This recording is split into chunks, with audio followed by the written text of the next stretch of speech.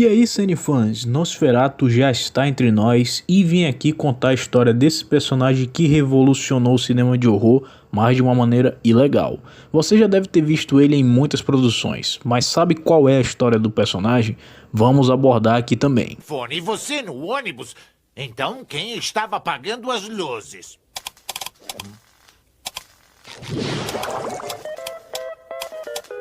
O Nosferatu!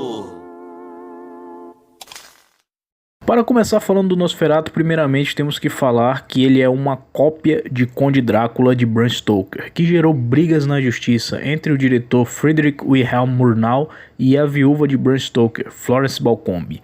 E ela acabou vencendo o processo e foi obrigado a queimar todas as cópias de Nosferatu, porém a obra já havia sido distribuída pelo mundo e também já se encontrava em domínio público, pois a produtora do filme já tinha entrado em falência no final do processo. Na trama, seguimos o protagonista Thomas Hutter.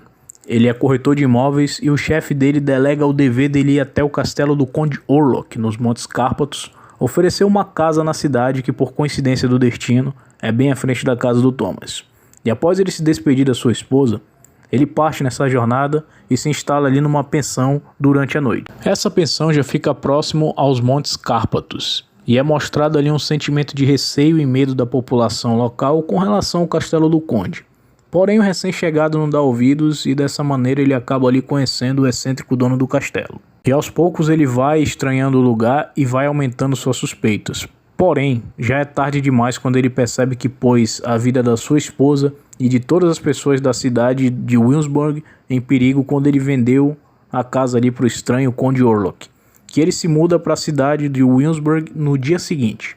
O enredo é idêntico ao livro de Bram Stoker, isso não tem nenhuma dúvida, porém ele tem umas diferenças, pequenas e sutis diferenças, que começamos ali pelo nome dos personagens, né? De todos os personagens, como o Drácula para Orlok, Thomas Hutter para Jonathan Harker, Mina Murray, Ellen Hunter, mas não apenas isso. O livro aborda de diferentes formas o vampirismo, enquanto o Conde Drácula ali ele exerce ali um efeito hipnotizante sobre suas vítimas. Em algumas adaptações cinematográficas, como a estrelada pelo Bela Lugosi em 1931, ele apresenta até mesmo como um cara sedutor. Só que o Conde Orlok é ao contrário, ele não é sedutor em nada, ele é uma criatura repulsiva, de pele branca pálida e orelha de morcego. Além disso, a mordida do Drácula transforma as vítimas dele em vampiros também, enquanto o Orlok ele mata a maioria de suas presas. E na história original do Bram Stoker, o Drácula pode ser exposto à luz do sol, embora isso deixe ele fraco. Já o Orlok, se ele for exposto aos raios solares, ele vai de base. Outra sutil diferença é o casal do filme, que quando o livro começa, a Mina e o Jonathan não são casados, eles são apenas noivos, e se casam durante os eventos do filme. Em Nosferatu, o casal Thomas e Ellen já são casados. E o título também é uma diferença, que o Bram Stoker usou essa palavra no livro, que é a palavra Nosferatu. Alguns dizem que é um termo arcaico para vampiro. Outros dizem que foi um erro de tradução, pois em latim existe uma palavra chamada Nesuferite, que significa não sofrer, e também intolerável, que são coisas que têm a ver com vampiro. Mas eu vou falar isso lá na minha conta do Instagram, eu vou na página do canal no Instagram, vou falar um pouquinho mais sobre isso, porque não vai caber aqui no vídeo. Mas enfim, de onde saiu a inspiração para o Nosferatu?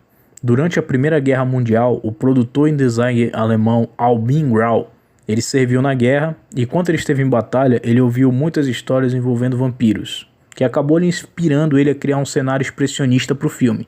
E nesse filme, que é preto e branco, o Murnau usou bastante sombras para simbolizar ali a solidão e o isolamento do Conde Orlok, além dos conflitos entre vida e morte. E com o fim da Primeira Guerra, o Albin Grau ele fundou a Prana Filmes e contratou ali o roteirista Henrik Green e o diretor Friedrich Wilhelm Murnau para dar início no seu projeto. Contudo, o enredo da trama pertencia à viúva do Bram Stoker, mas ela se negou a vender os direitos autorais da história do Drácula. E diante dessa problemática, a produção de Nosferatu decidiu ali mudar o nome da obra e adaptar a narrativa, e o personagem foi rebatizado de Conde Orlok, que é aquele vampiro corcunda, careca, de orelhas pontudas, unha grande, dentes assustadores, e isso nada deu certo, como eu disse no início do vídeo, né? E dada a repercussão do caso e ainda nos estágios iniciais do processo, a produtora do Albin Grau decretou falência, e mais tarde o produtor foi obrigado a fechar as portas da Prana Filmes. E para piorar a situação, a viúva do Bram Stoker tinha ganhado o processo judicial. Porém, era tarde demais para entrar em vigor. Tinha que queimar todas as cópias de Nosferatu, só que isso não foi possível porque já tinha se espalhado pelo mundo e já tinha até entrado em domínio público.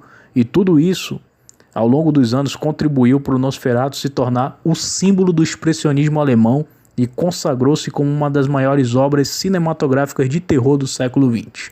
Então, Drácula de 1931, que trouxe o Bela Lugosi no icônico papel do vampiro, não foi a primeira produção sobre vampiros a ser lançada, e sim Nosferatu em 1922, em preto e branco e mudo.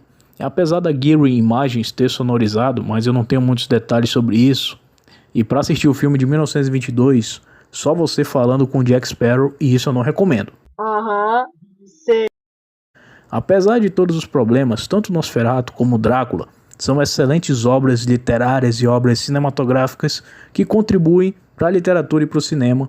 E eu tenho certeza que esse novo filme do Nosferatu também não vai decepcionar. Eu tenho certeza, confio no trabalho do Robert Eggers, que vai entregar aí um filme que vai contribuir muito bem para o cinema mundial.